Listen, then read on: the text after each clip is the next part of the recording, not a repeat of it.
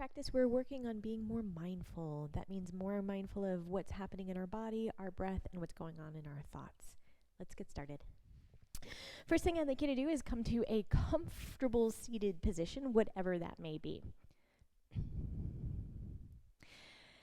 And I'd like you to take a deep breath, bring your shoulders all the way up towards your ears, and on your next exhale, let them drop down. And we do that a few times.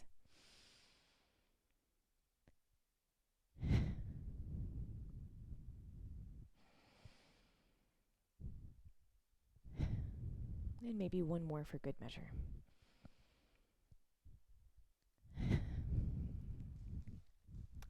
Excellent. I'd like you to take a look towards one side of your, so turn your head to face one side and really look at that wall or that side of your room. Paying attention to what's on the wall, how far can your neck turn, and how far behind you can your eyes focus. Noticing if there's tension in your neck and your shoulders. And then I'd like you to turn your head in the opposite direction and do the same thing.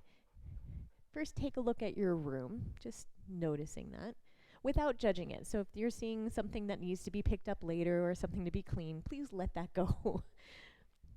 Notice how far your neck is turning, if there's tension there, and how far back the eyes can focus.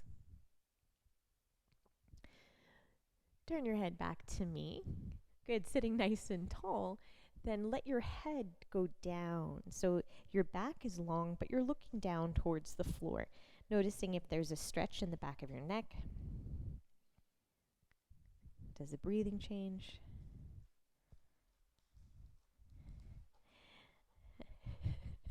And then I'd like you to look up towards the sky.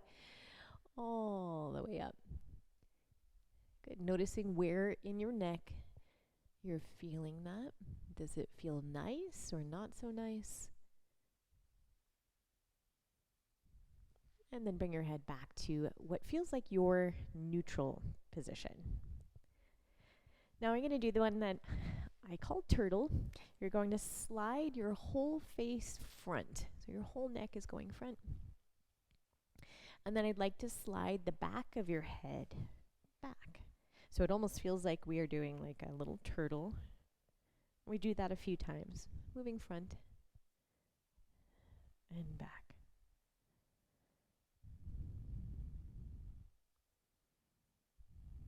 And we do one more. And find your neutral position. Let's bring it down a little bit deeper. We're going to bring our ribs to one side and then bring your ribs to the other side. So you're still seated and anchored on the floor. So we're going to try to keep our hips down and even and just going from side to side. Sometimes it's a nice stretch. Sometimes it's a little bit unpleasant.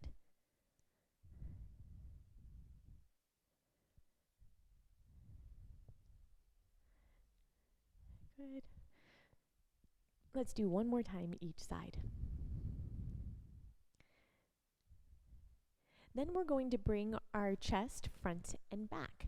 So it's almost like you're opening your heart towards the front, and then you're moving into the back space, so as if the back of your heart can touch the back wall behind you. And as we go, noticing how your head and your neck moves with you, and maybe even in that low back area.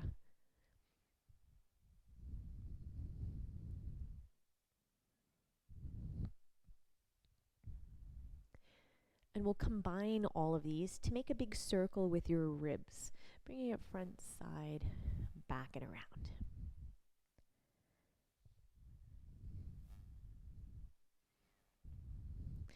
If you come to a nice stretch in any position, just stay there for a moment. And maybe let's circle the other way.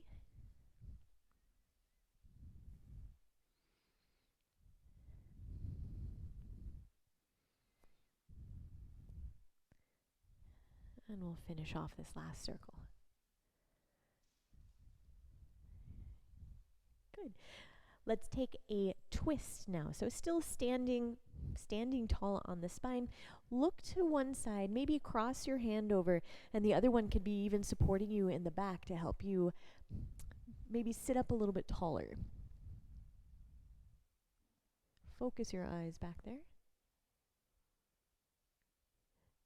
And let's do a seated twist to the other direction, just noticing where that stretch is happening.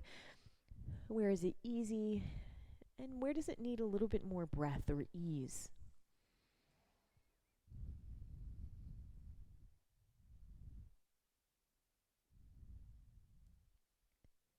Good.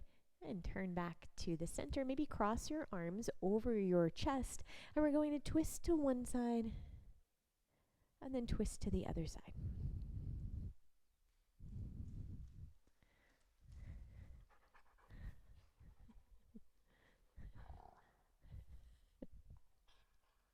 Maybe one more time each side.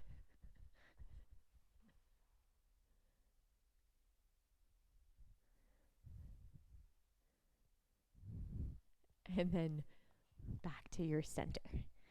Good. We're going to stand our feet onto your mat. Make sure you have a little bit of room behind you. And we're going deeper into this by holding on to our legs maybe. And we're going to do a half roll back. Half roll back. Nancy, are you going to do this with us? I feel like you're going to bark at me and then come back up. We do that a few times. Half roll back. Sort of, I like to think about the feeling of hollowing out the center, but that might not be the right feeling for you. So you could also think about opening in the back space, maybe stretching there. And if that feels pretty good, then we're going to try that without arms.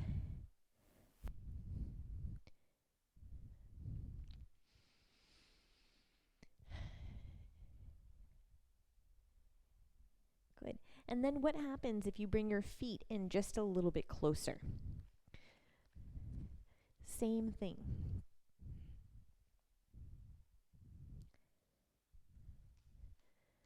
Now, just because of the angles of that is definitely more of a challenge. But as you felt that first challenge, did you automatically have let's say, a thought about it? Did you have an emotion? Did you judge it?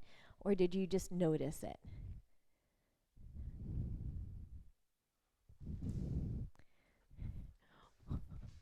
We do. Whoops. A dog stuck in a microphone. Hold on one second. There we go. We're going to go all the way down to lie on the floor. Okay. All right, this gets a little bit tricky on my side, but you're going to be holding on to that little bit of attention in the center of your body, and when you are ready, lift one leg up to the tabletop. Okay? That leg is going to lower and lift. And as you're going, noticing, can you bring that attention to the center of your body, your belly muscles? Your hip is also working.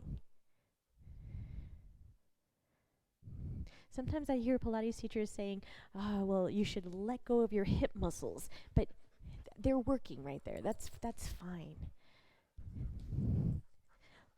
Let's exchange it for the other leg and see if there's any difference right there.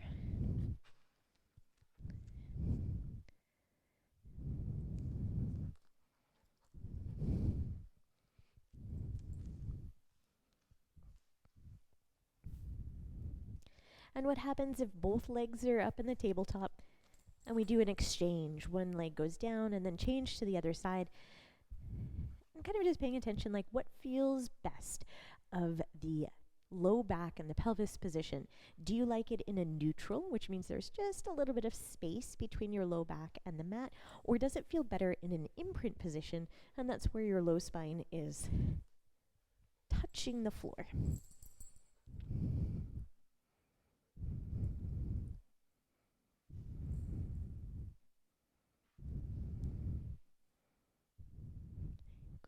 Bring both feet back down onto the floor. They stay there. Our next one is moving into a bridge. And with that bridge, it's going to feel like a release, hopefully, in the front of your hips.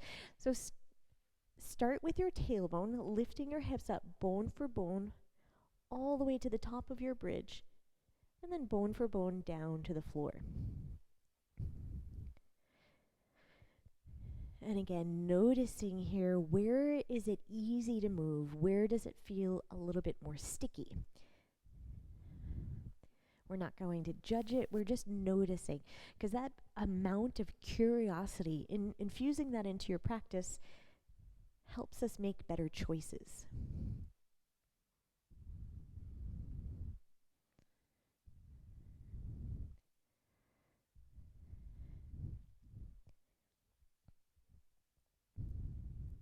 Now we will lift our hips and stay in your bridge. Before we go on, we are bringing a lot of attention through the body. So I'd like you to lift your hips to your maximum and lengthen your low spine. Now bring your attention back to your arms. What do the backs of the arms feel like on the mat? Do you have the same amount of pressure? Also your hands. Are they spread out wide? Are they close together? Are they symmetrical from your right to your left? Then bring your attention to your popos. Are they both engaged with the same amount of tension? What about your hamstrings, the backs of the legs? Are they both firing with the same intensity?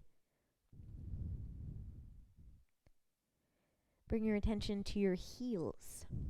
As they're pressing down into the ground, do they feel even?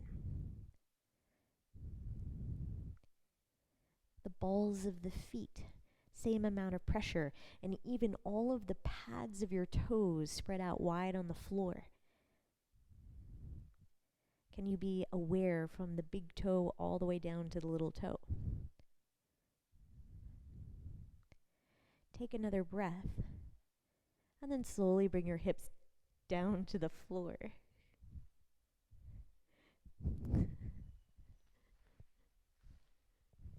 Perfect. Hug your knees in towards your chest.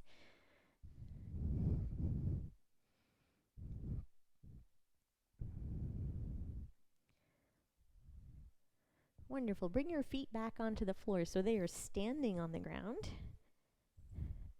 Good, and we're bringing our hands behind our head and we're ready for some chest lifts. Taking a big breath, and on the next breath, lift your chest to your maximum. Let's see if we can lift so high that the shoulder blades are hovering from the ground. And then we go back down to the floor. We'll do this a few times.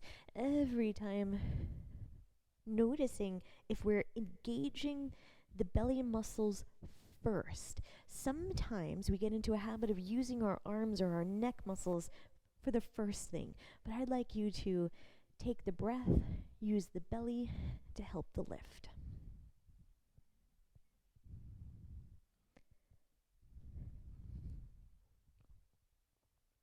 And let's add a rotation, overcrossing to one side and then back to the other side, noticing as you're alternating sides. If the back of the pelvis is even on the floor, even with the twist, sometimes as we're trying to maximize that rotation, one hip lifts up a little bit.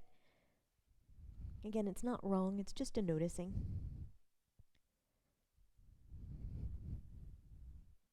We'll do one more time each side to make it even.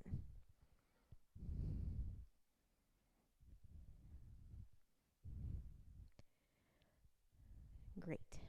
Bring your head back down onto the floor. Maybe open your arms out to the side to give it a little rest, letting the back of your neck relax.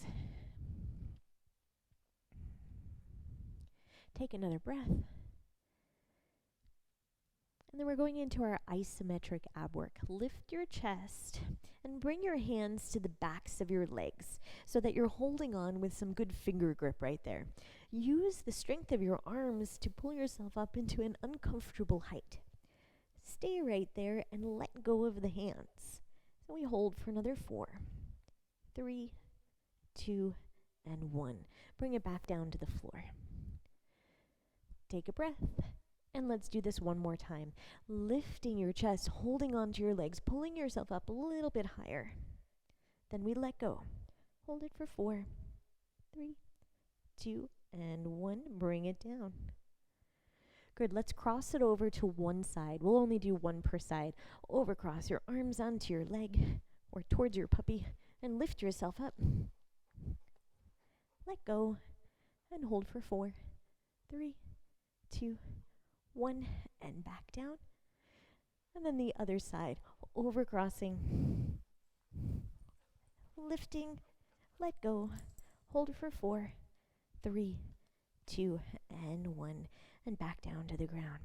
Stretch yourself long on the floor, long legs, long arms. Take a breath, and then we're going into our roll up and the spine stretch forward. Bring your arms, roll all the way front as far as you can go.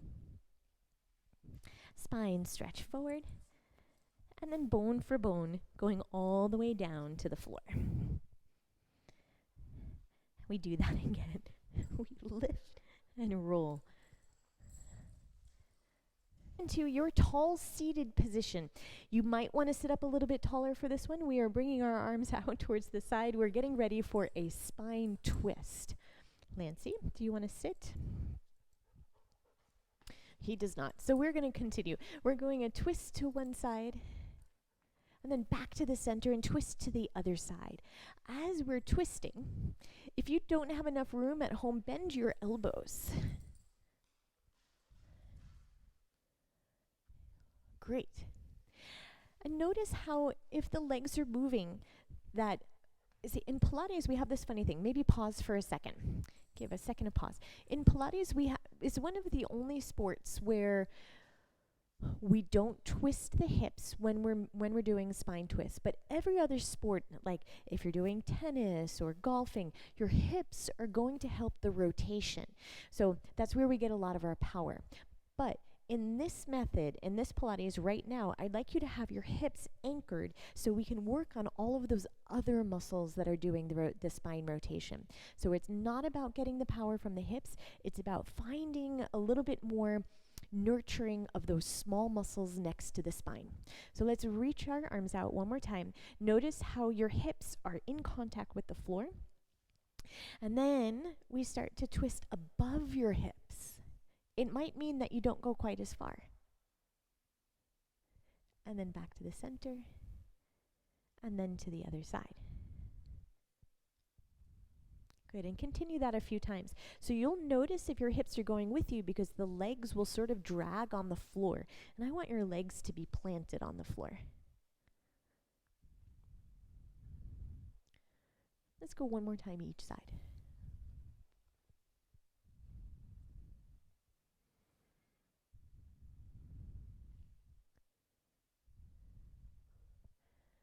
Great. Join us for our next training right here. Get notified by ringing that bell right there and leave us a comment. Let us know how it went for you today.